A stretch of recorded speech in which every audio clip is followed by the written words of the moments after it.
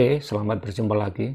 Video kali ini adalah video lanjutan dari Convert Helicopter to Airseplane, di mana penerbangan yang kedua ini terbangnya lebih baik dari yang pertama, di mana pesawatnya mudah dikendalikan dan dapat dikontrol dengan mudah.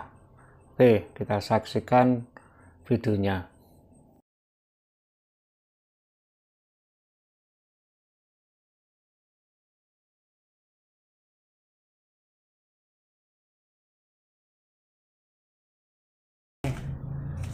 Bahan RC helikopter ya yang sudah rusak dan tidak terpakai, dan terbangnya juga kurang stabil daripada sayang dibuang. Lebih baik kita ambil botnya dan motornya ya, untuk dijadikan airseplane.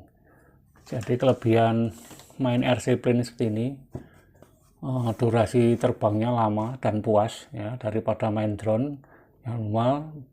Mainin lebih asik ya, cuma harus konsentrasi, jangan sekali-sekali mengelamun ya, pesawatnya bisa menyelonong ya, karena harusnya belok Anda terlurus, nah, pengalaman juga bisa nyelonong atau nempel di pohon yang tinggi ya, saya pernah pengalaman seperti itu. Nah, jadi harus benar-benar konsentrasi.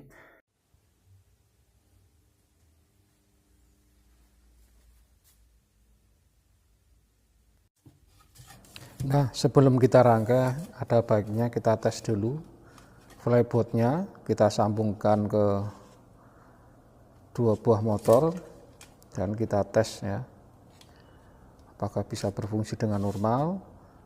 Ini perlu dilakukan sebelum motor dan rangkaian tersebut ditempelkan ke bodi epoplane. Setelah itu kita hidupkan remote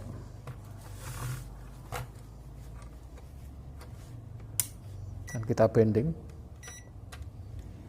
ya, motornya bergerak. Nah, di sini kita menggunakan dua buah motor ya, untuk gerak ke kiri dan ke kanan, satu gas, yang satu untuk belok kiri dan belok kanan. Oke, kelihatannya sudah normal.